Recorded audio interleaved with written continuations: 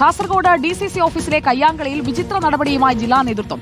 മർദ്ദന ദൃശ്യങ്ങൾ ഫോണിൽ പകർത്തിയ കോൺഗ്രസ് നേതാവിനെതിരെ അച്ചടക്ക നടപടി. Kasaragod block Congress committee secretary Safwan കുന്നിലിനെയാണ് സസ്പെൻഡ് ചെയ്തത്. സീറ്റ് വിഭജന തർക്കത്തിനിടെ DCC വൈസ് പ്രസിഡന്റും DKTF ജില്ലാ പ്രസിഡന്റും തമ്മിലാണ് ഏറ്റുമുട്ടലുണ്ടായത്. നമുക്ക് ആ കയ്യാങ്കളി ഒന്ന് ആദ്യം കാണാം.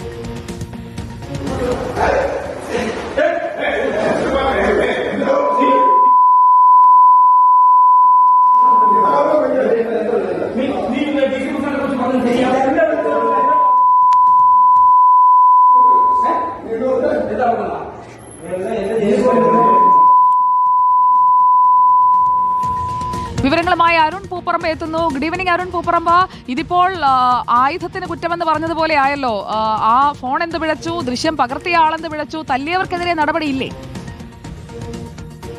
സുജയ, ഇന്ന് രാവിലെയാണ് കോൺഗ്രസിന് വലിയ നാണക്കേടുണ്ടാക്കി സംഭവം കാസർഗോഡ് DCC ഓഫീസിൽ അരങ്ങേറിയത്.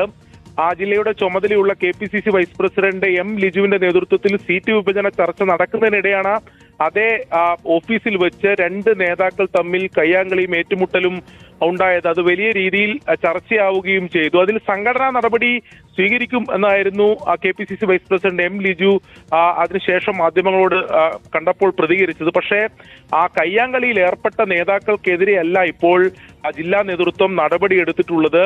ഈ കയ്യാങ്കളി ഉണ്ടായ ഘട്ടത്തിൽ ഇത് മൊബൈലിൽ ചിത്രീകരിച്ച ആ ദൃശ്യങ്ങൾ പകർത്തിയ ആ കോൺഗ്രസ് നേതാവിനെതിരെ, ബ്ലോക്ക് കോൺഗ്രസ് കമ്മിറ്റിയുടെ സെക്രട്ടറി ആയിട്ടുള്ള സഫ്വാൻ കുന്നിലിനെതിരെയാണ് ഇപ്പോൾ നടപടിയെടുത്തിട്ടുള്ളത്. പാർട്ടിയിൽ നിന്ന് സഫ്വാനെ ജില്ലാ നേതൃത്വം സസ്പെൻഡ് ചെയ്തിട്ടുണ്ട്. പക്ഷേ ഇതുവരെ ഈ കയ്യാങ്കളിയിൽ ഏർപ്പെട്ട ജില്ലാ വൈസ് പ്രസിഡന്റ് ഉൾപ്പെടെ DCC വൈസ് പ്രസിഡന്റ് ഉൾപ്പെടെയുള്ള നേതാക്കൾക്കെതിരെ ഒരു നടപടിയും നേതൃത്വം എടുത്തിട്ടില്ല എന്നത് വളരെ പ്രധാനപ്പെട്ട കാര്യമാണ്.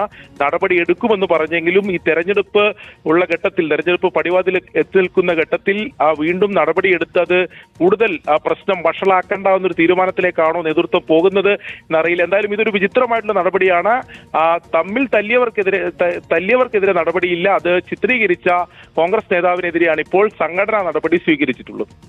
ഓക്കെ, വിവരങ്ങൾ നൽകിയത് അരുൺ പൂപ്പറമ്പ.